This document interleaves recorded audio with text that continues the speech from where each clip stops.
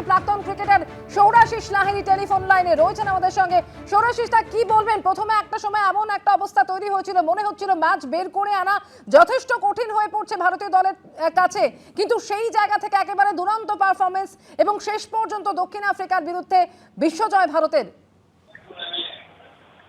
মানে সত্যি কথা বলতে এখনো গলা আমার কাঁপছে, মানে অ্যাকচুয়ালি গলা ধরেও গেছে হয়তো।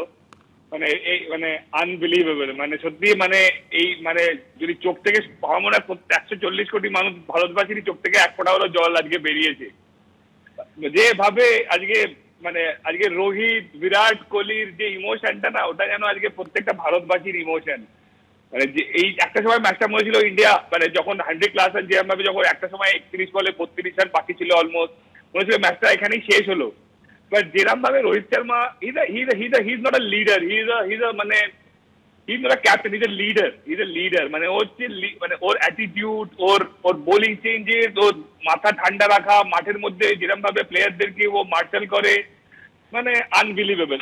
এভরি মোমেন্ট যেন ওখানে মনে হচ্ছে আমার কাছে মনে হচ্ছে ইন্সপিরেশনাল। প্রত্যেকটা জিনিস দেখে মনে হচ্ছে যেন মানে সত্যি মানে আই এম জাস্ট আমরা খুব লাকি যে আমরা ভারতবাসী এবং আমরা এই এই ক্রিকেটারদের দেখছি দেশকে রিপ্রেজেন্ট করতে। মানে দিদির আরে এখন মনে হচ্ছে এরা ক্রিকেটার যা কিছু এদের কাছে আছে সবই যারা deserve every bit of it, because এরা যে আজকে যে প্রেশার নিয়ে আজকে হার্দিক পান্ডিয়া, জসপ্রীত বুমরা, অর্শদীপ ওই ওভারটা বল করলো, মানে অ্যাজ আ ক্রিকেটার আমি সেটা ফিল করতে পারি। কারণ 140 কোটি মানুষ, প্রত্যেক দুটো করে চোখ তাদের ওপর, মাঠের ওই প্রেশার, মানে ম্যাচটা যদি হেরে যায় ইন্ডিয়া ওয়ার্ল্ড কাপ পাবে না। রাহুল দ্রাবিড়ের লাস্ট ম্যাচ, মানে মানে বারবার রোহিত শর্মা এত ক্লোজে এসে আবার হেরে যাচ্ছে, এই সব কিছু চলছে, তারপরেও তাকে ডেলিভার করতে হয়েছে এন্ড দে হ্যাভ ডান ইট। তো মানে দিস ইজ ইনক্রেডিবল। অনেক ধন্যবাদ সৌরাশিসটা কথা বলার জন্য। প্রাক্তন ক্রিকেটার সৌরাশিস লাহিড়ী টেলিফোন লাইনে ছিলেন আমাদের সঙ্গে। শেষ পর্যন্ত কি খরা কাটবে আজকে? সারাদিন ধরে এই প্রশ্নটাই ঘোরাফেরা করছিল, কিন্তু শেষ পর্যন্ত ভারতীয় দলের দুরন্ত পারফরমেন্স এবং তার মধ্যে দিয়ে বিশ্বজয় ভারতের। 13 বছর পর অবশেষে সাপ মুক্তি। 2011 পর ফের বিশ্বজয়ী হলো টিম ইন্ডিয়া। দক্ষিণ আফ্রিকাকে উড়িয়ে বিশ্বকাপ জয় ভারতীয় দলের। গুরু দ্রাবিড়কে গুরু দক্ষিণা রোহিত ব্রিগেডের। বিরাটের ব্যাট শেষ মুহূর্তে বুমরা, হার্দিক, অর্শদীপের অসাধারণ বোলিং জয় এনে দিল। প্রথমে ব্যাটিং নিয়েছিল ভারত, টসে জিতে কিন্তু শুরুতেই রোহিতকে হারায় তারা। তবে ইনিংসের হাল ধরে নেন বিরাট কোহলি। বিরাটের 76, অক্ষরের ঝোড়ো 47 এবং শিবম দুবের 27 রানের ক্যামিও জোরেই শেষ পর্যন্ত 176-এ পৌঁছয় ভারতের ইনিংস। প্রোটিয়া ইনিংস প্রথমেই হেন্ড্রিক্সকে তুলে নেন বুমরা।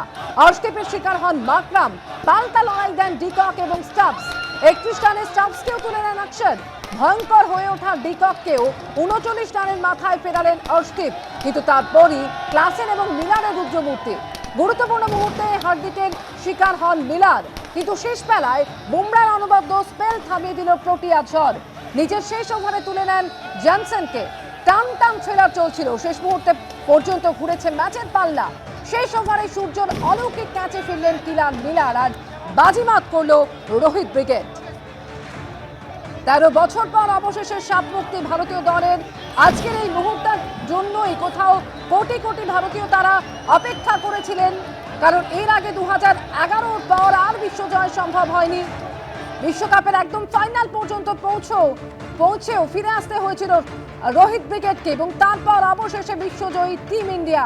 17 বছরের সাপ মুক্তি। দক্ষিণ আফ্রিকাকে উড়িয়ে টি-20 বিশ্ব চ্যাম্পিয়ন হলো রোহিতের ভারত। বিরাটের ব্যাট শেষ মুহূর্তে বুমরা, হার্দিক, অর্শদীপের অসাধারণ বোলিং জয় এনে দিল।